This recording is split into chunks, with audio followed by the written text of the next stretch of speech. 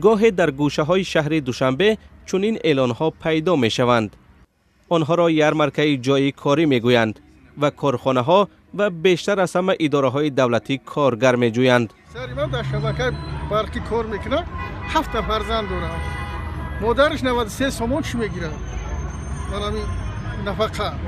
وقتی معیوب گروه دیم کار کردن نمیتونم. من همینطور یک جای کار میکنم که خیلی اگر یکان جایی چی باشه. یکان چیه خیلی یوردم شما یکان چی. با شناس شدن به اعلان جای کار میدیدیم شهروندان حیرت زده از آنها دور میشوند. نه اگر که بوکی نه زندگی کنون نمیرسن. البته نمیرسن. با برابری خواندن اعلان پی خواهد برد که چرا مردم با امید به آنها نزدیک و با احساس نامعلوم از آنها دور میشوند. نه با لباس میرسد، نه با خوراک، نه با یگون چیز دیگه میرسد. معاش محک تشویق و کفالت دریافت کارگر است که توضیح دیگری را نمیخواهد. با 1000 تشویق هم نتوان آن را جالب ساخت اگر برای طالب کار نفارد. 400 сомон маош аз назари ман номақбул аст. Зиндагӣ бо он ғайриимкон аст. 1000 сомонӣ боз каме ҳам бошад беҳтар аст. Агар танҳо бошӣ ё дар оила 2 нафар бошад. имкон дорад. معاش‌ها را می‌دیدند و کتف در هم می‌کشیدند و می‌گفتند به امید آمدند و گویا چیزی را ندیدند. پیشنهادی که معنی هیچ را دارد، حتی 700 سومانی هم باشد. خیلی آدم بسیار خیلی خرید و فروش دارد، زندگی دارد، برق دارد، آب دارد، راه کرا دارد. بسیار دیدم من چیزهای زندگی هست که 700 سومان به هیچ نمیرسد. مزد مهنتی بلندترین را شرکت نساجی تاجیک پیشنهاد میکند که 3000 سومانی است. این یگانه رویخط است که میگفتند معاششان تا اندازه مطابق نیازهای زندگی امروز است. در اینجا اگر آدم با کمش 1500 1600 سومانی اگر معاش بگیره، بعد زندگیش بعد شرطی که 1 یا 2 فرزند داشته باشد، در اون حالت میتونه که زندگانیش پیش برده بتونه. بر طبق این رویخط ها کسب‌های قیمت در دوشنبه دوزنده، دیزاینر و الکترونیک است.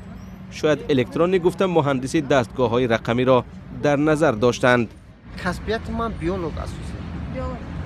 لیکن در اونجا وکانسی درباره بیولوگ ولی ما نو اومدیم نو شناس میشیم. 400 سومون. بیشتر فکر میکنید که این بس است برای بیولوژی که تخصص نه البته. اوزی در 400 سوم در کجا در کی میرسه؟ در یک خود یودان تو خش نمیرسه. با همین نرخ. بیمارستان و شفاخانه های دوشنبه طبیبان را برای کار دعوت کردند و مزد مهنت آنها از 400 سومانی تا 700 سومانی پیشنهاد شده است. اکنون یگان سوم درآمد دارن، اگر با 425 سوم یگان زندگیش نمیبره. اگر ما بریم مثال معاشگیر باشه یا نفقه خیر باشه، زندگیش تماما پیش برده نمیتونه. این که با نظرداشت درآمدهای علاوه‌ای معاش طبیبان چنین پست پیشنهاد میشد، فکر تنها این مرد نبوده است. که دکتری حضوره همون گپش سومه. 600 سوم زیاده. به سراغ کسانی رفتیم که در دانشگاه طبی میخوانند. خواستیم اندیشه های آنها را درباره مزد مهنتی که در یارمارکه های جای کار پیشنهاد میشوند بپرسیم. 5 سال میخونید با پستیوای اردیناتورا میخونید. договорش خودش 10000 این قسمی سپوریده که میتونه برولردن در کار اولی کفصد نمیرسه. زلاله میگوید کلینیک خود را باز کردن بهتر از آن است که با معاش 700 سومانی کار کنی.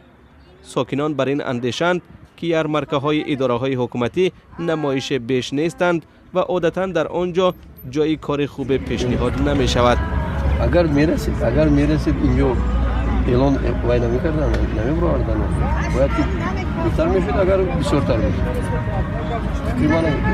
نبودن جای کار از مشکل عمده مردم تاجیکستان است. اقتصاد ضعیف نمیگذارد و از بهبود یابد. بیش از 1 میلیون نفر فقط در روسیه مهاجر کاری اند.